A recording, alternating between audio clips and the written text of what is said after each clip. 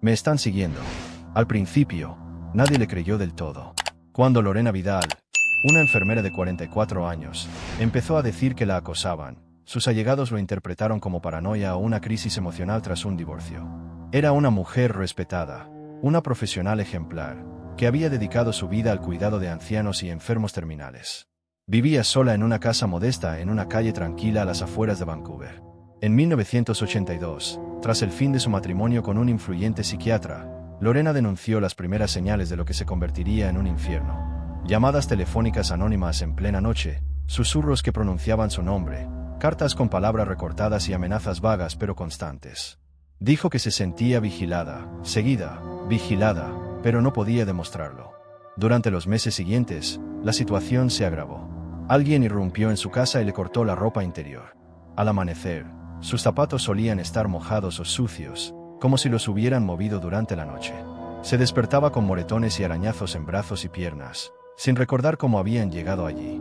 Una vez, encontró a uno de sus gatos degollado, atado a la cerca del patio trasero. En otra ocasión, el teléfono sonó repetidamente durante más de una hora sin que nadie dijera nada al otro lado. La policía investigó algunos informes, pero nunca encontró ninguna evidencia física de un allanamiento.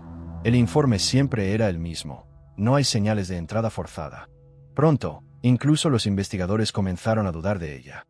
Lorena decidió instalar cerraduras adicionales, cámaras de seguridad e incluso sensores de movimiento, pero nada pareció disuadir a su presunto atacante. Las cartas seguían llegando. Algunas contenían palabras amenazantes como "ya viene, nadie lo creerá y solo tú pagarás". Se lo contó a vecinos, amigos y compañeros de trabajo, pero la mayoría empezó a distanciarse, molestos por lo que llamaban su obsesión. Incluso su propia familia empezó a sugerirle que buscara ayuda psiquiátrica. Pero Lorena insistió: "No está en mi cabeza. Alguien está intentando hacerme desaparecer". La presión psicológica fue tan intensa que fue hospitalizada 2 veces por agotamiento emocional. Los médicos discrepaban. Algunos decían que se trataba de estrés postraumático, otros, que sufría un trastorno de la personalidad. Pero nadie podía explicar las marcas en su cuerpo, los animales muertos, los objetos que desaparecían y reaparecían en lugares insospechados. La historia de Lorena dividió opiniones. Para algunos, era una mujer al borde del colapso. Para otros, era una verdadera víctima, viviendo un terror invisible que nadie quería ver. Y lo peor estaba por venir. Lazos, agujas y silencio. Lo aterrador se había vuelto simplemente incomprensible. Una mañana de 1983, Lorena fue encontrada tirada detrás de un supermercado local, semiconsciente, con las manos y los pies atados con cuerdas de nylon. Tenía la ropa rasgada y marcas moradas en el cuello, como si la hubieran estrangulado. La llevaron al hospital en estado de shock. Cuando pudo hablar, dijo que había sido atacada por un hombre encapuchado, se la habían llevado en un coche desconocido y la habían abandonado allí.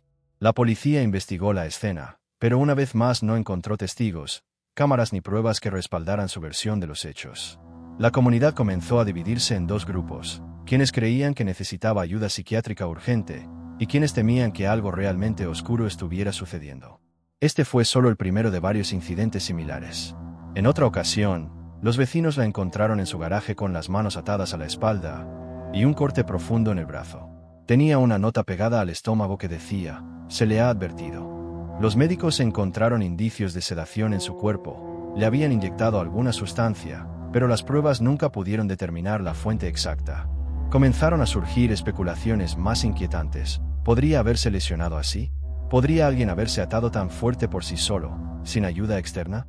¿O se trataba realmente de un agresor que sabía lo que hacía y quería hacerla quedar como loca? A pesar de estos extraños episodios, la policía mantuvo su postura. No había pruebas de la participación de terceros.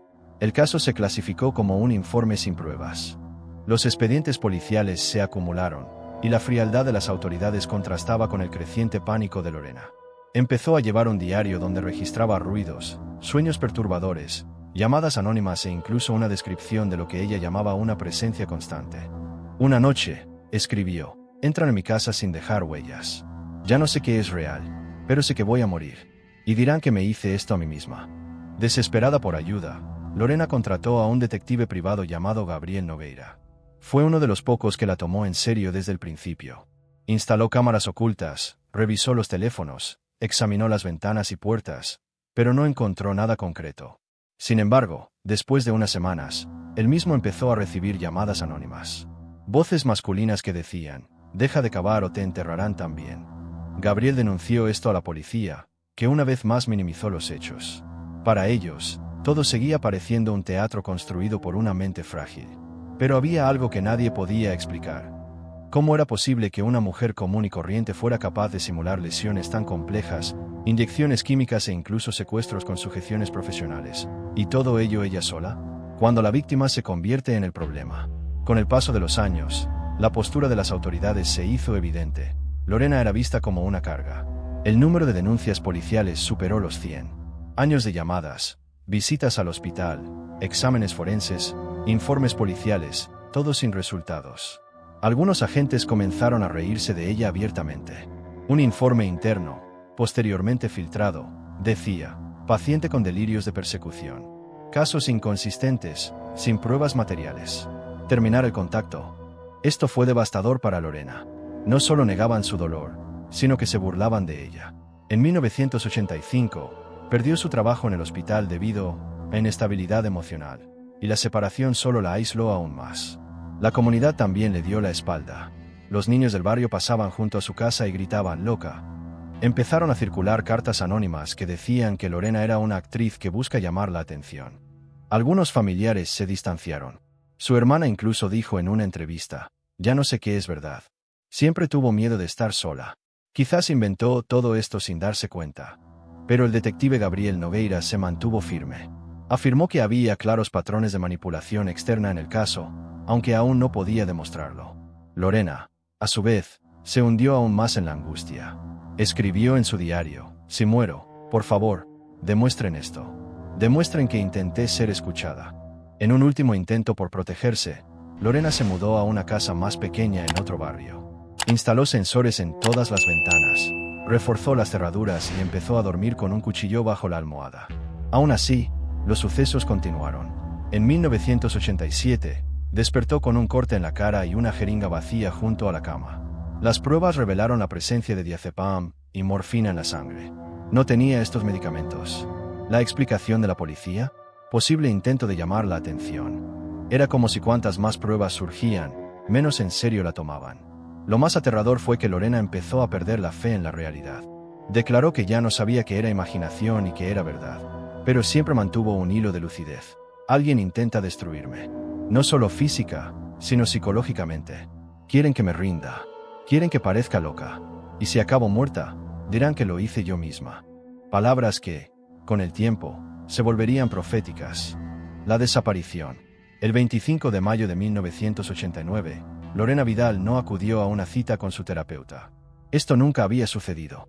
La terapeuta intentó llamar, pero nadie contestó. Al día siguiente, sus familiares fueron a su casa. Todo estaba cerrado por dentro, sin señales de haber sido forzado, pero las luces estaban encendidas y había un vaso de agua medio vacío sobre la mesa.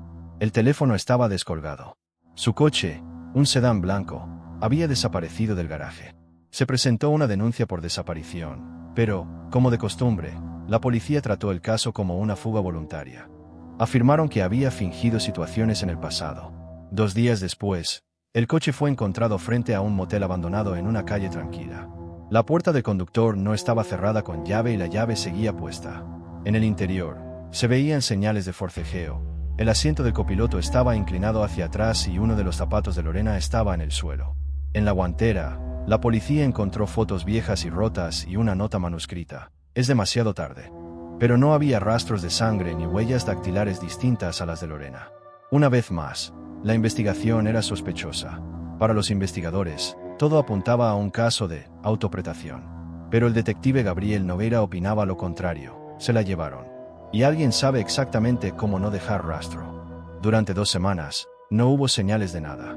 Ni movimiento en las cuentas bancarias, ni retiros, ni llamadas telefónicas. La prensa comenzó a cubrir el caso con cautela, pero siempre con el sesgo de que se trataba de un posible episodio psicológico. Amigos organizaron búsquedas en parques y senderos cerca del motel donde se encontró el coche. Voluntarios caminaron por densos bosques con fotos y carteles. Algunos dijeron haber visto a una mujer similar subirse a una camioneta en la carretera, pero nada se confirmó. La angustia crecía con cada día que pasaba. Y lo que ya era extraño estaba a punto de volverse inexplicable. El 8 de junio de 1989, el cuerpo de Lorena Vidal fue hallado en un terreno baldío, a pocos metros de donde se había dejado el coche. Yacía de lado, con las manos y los pies fuertemente atados a la espalda. Tenía cinta adhesiva sobre la boca y una jeringa vacía junto a su cuerpo. El informe indicaba que había muerto por sobredosis de morfina. La primera pregunta era inevitable. ¿Cómo pudo alguien haberse atado con tanta perfección, administrado una dosis letal y colocado su cuerpo con tanta pulcritud? La muerte imposible. La posición del cuerpo de Lorena Vidal suscitó preguntas inmediatas. Había sido atada con precisión quirúrgica, con las manos cruzadas a la espalda, los tobillos atados con múltiples nudos, la cinta adhesiva superpuesta, sin señales de intento de fuga. En el bolsillo de su blusa había una nota doblada con letra temblorosa. Nunca me creíste. La autopsia reveló niveles letales de morfina y diazepam. La aguja de la jeringa le había perforado una vena del brazo izquierdo. La policía no tardó en concluir. Suicidio afirmaron que había aprendido a atarse sola con la práctica a lo largo de los años y que había dejado todo preparado para armar un alboroto. El informe final no indicó forcejeo físico, pero para muchos, eso era imposible. Expertos independientes contratados por la familia cuestionaron la versión. Un reconocido forense declaró: administrarse la dosis y atarse de esa manera requiere tiempo, coordinación y la ausencia total de errores. El más mínimo movimiento después de la inyección comprometería la ejecución. Esto no es compatible con el suicidio. El detective Gabriel también afirmó: todo en Lorena indicaba que tenía miedo a morir. El último mes estuvo lleno de arrebatos pidiendo ayuda. Nunca se observó ningún comportamiento típico de alguien que planea quitarse la vida. Aún así, la policía cerró el caso en menos de 30 días. No se identificaron huellas dactilares distintivas en el cuerpo ni en los objetos cercanos. Los archivos se archivaron como caso cerrado. Los medios de comunicación trataron el caso con incomodidad. Algunos programas incluso sugirieron que Lorena sufría un trastorno de personalidad y llevaba años albergando una fantasía. Pero la reacción del público fue dividida. Muchos espectadores, especialmente mujeres, escribieron cartas afirmando que también habían sido desacreditados a denunciar acoso o abuso. Una petición reunió más de 10.000 firmas pidiendo la reapertura del caso. Pero nada ocurrió. Lorena había muerto como había vivido en sus últimos años, sin ser escuchado. La familia quedó devastada. La madre de Lorena dijo: mi hija suplicó ayuda durante 7 años. Y cuando murió de forma tan insensata, dijeron que era un invento. Su diario fue entregado a la prensa, y en una de las últimas páginas había una frase en mayúsculas: están ganando. Y cuando lo hagan, dirá que lo inventé todo. Esa frase resonó durante semanas. Pero con el tiempo, como siempre ocurre, el silencio volvió a sustituir a la indignación. El detective amenazado. Tras la conclusión oficial del caso, el detective privado Gabriel Nogueira decidió continuar la investigación por su cuenta. Creía que Lorena había sido asesinada por alguien cercano, alguien que conocía sus costumbres, sabía manipular escenas, y sobre todo, no dejar rastro. Empezó a reanalizarse todos los informes, testimonios, fotografías, reportes y entrevistas que había recopilado a lo largo de los años. Descubrió inconsistencias en varios informes policiales, contradicciones en las declaraciones policiales y omisiones que parecían intencionales. Cuando intentó presentar estas inconsistencias ante el Ministerio Público, fue ignorado. Días después, empezó a recibir llamadas anónimas. Voces masculinas decían cosas como: ya está muerta, ¿por qué insistes?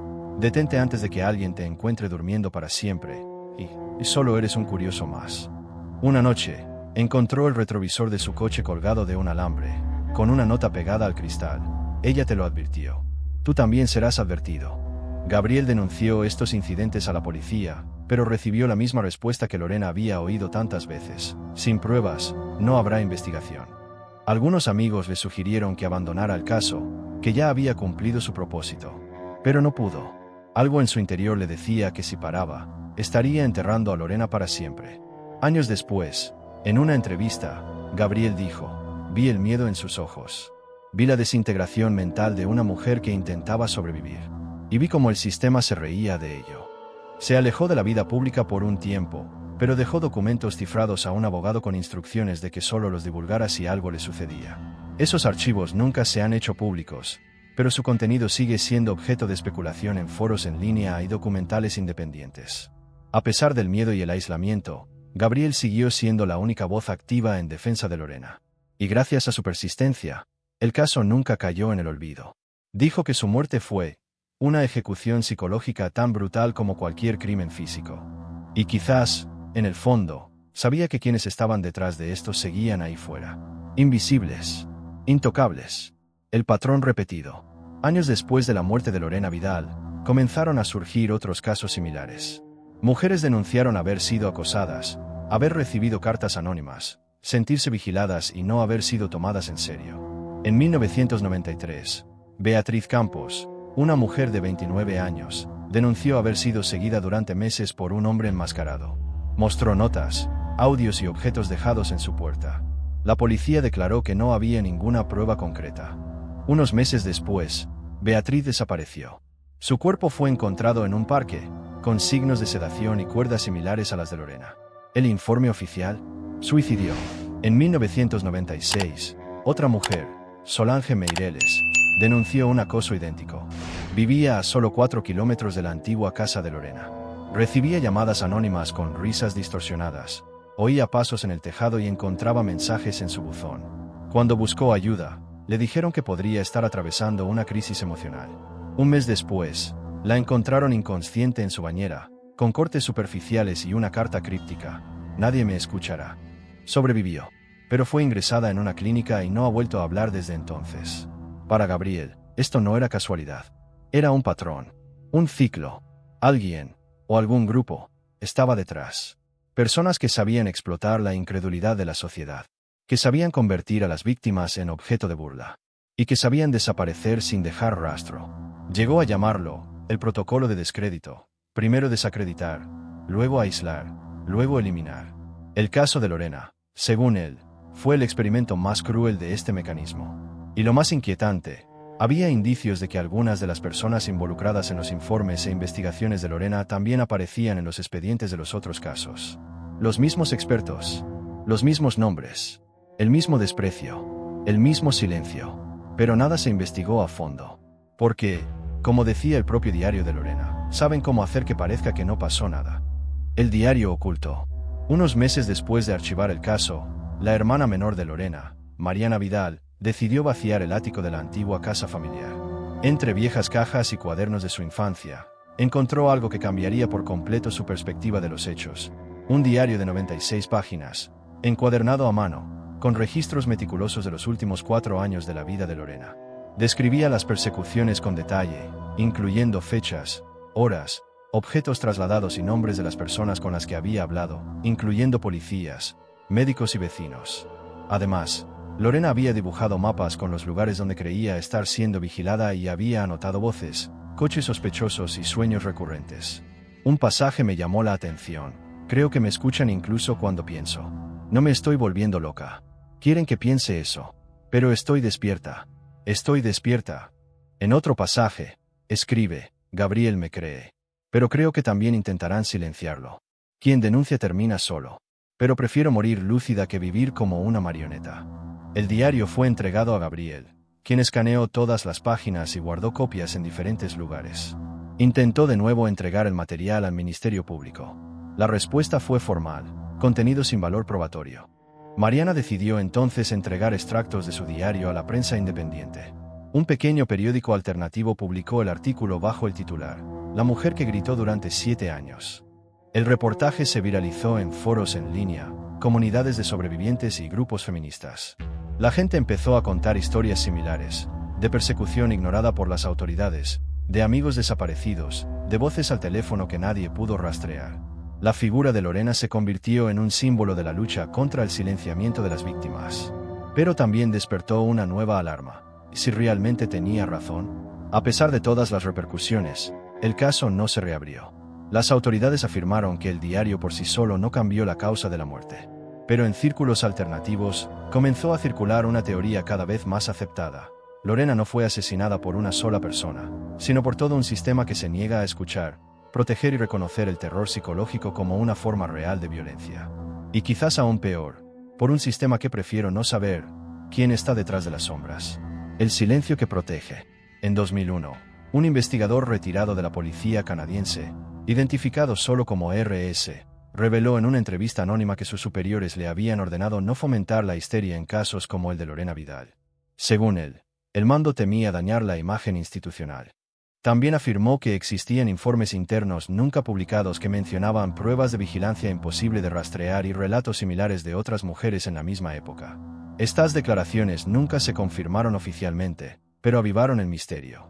¿Quién, o qué, estaba detrás de todo esto? Gabriel Nogueira, ya mayor, se mantuvo activo en conferencias sobre violencia psicológica y desapariciones sin resolver. En una conferencia, dijo, lo que mata a estas mujeres no es solo el agresor. Es la indiferencia, es el escepticismo, es la risa en lugar de escuchar. También reveló que había recibido mensajes anónimos hasta ese año, aunque con menos frecuencia. Dijo que nunca dejaría de proteger la memoria de Lorena y que había más cosas que nunca se habían hecho públicas. Si alguna vez desaparezco, revisen mis cajones, dijo. En 2003, Gabriel murió en un accidente automovilístico. El informe indicó una falla mecánica, pero su apartamento había sido saqueado esa misma semana. No se habían llevado nada, excepto una memoria USB. Con el paso de los años, otros archivos pertenecientes a Lorena han desaparecido misteriosamente. Informes médicos, grabaciones, fotografías de escenas. Cuando Mariana intentó recuperar los documentos del hospital donde trabajaba Lorena, le dijeron que los habían tirado por error. El detective que había hecho copias de los archivos también fue allanado, y solo desaparecieron los archivos del caso Vidal. Son muchos accidentes para un caso oficialmente cerrado, ¿verdad? Poco a poco, el nombre de Lorena Vidal se convirtió en sinónimo de un profundo enigma, una advertencia, una herida abierta que nadie puede explicar por completo. Algunos creen que padecía trastornos mentales.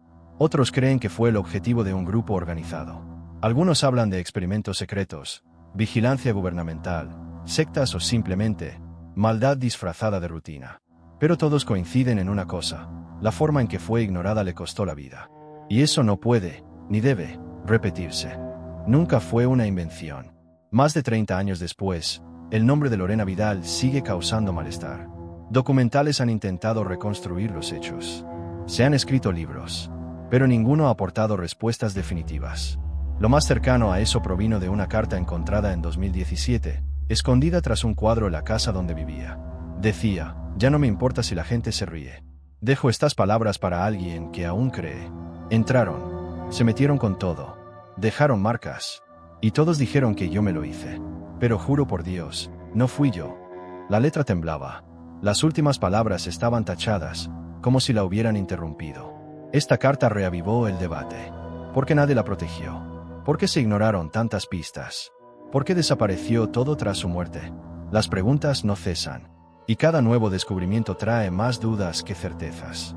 El caso de Lorena es un espejo, un reflejo de las estructuras que no saben cómo lidiar con el dolor invisible, con el miedo sin rostro, con el mal que actúa en la sombra. Hoy, se la recuerda no solo como la víctima de un posible crimen, sino como un símbolo de todos aquellos que fueron silenciados por el miedo, el desprecio o la conveniencia. Si Lorena hubiera sido escuchada, podría seguir viva. Si un solo policía le hubiera creído, el atacante, si existió, podría haber sido arrestado. En cambio, crearon una narrativa cómoda, la de una mujer perturbada, confundida e imaginativa. Una narrativa que exime a todos de responsabilidad, excepto a ella, porque ella fue quien más se esforzó por demostrar la verdad, hasta el último segundo. Y quizás lo más aterrador de todo es esto: la posibilidad de que alguien, en algún lugar, esté haciendo lo mismo ahora mismo. Entrando en casa sin dejar rastro, culpando a las víctimas, creando escenarios perfectos para que el mundo diga, solo quería atención. Mientras tanto, otras louranes gritan, pero nadie escucha, porque el silencio sigue siendo el arma más letal.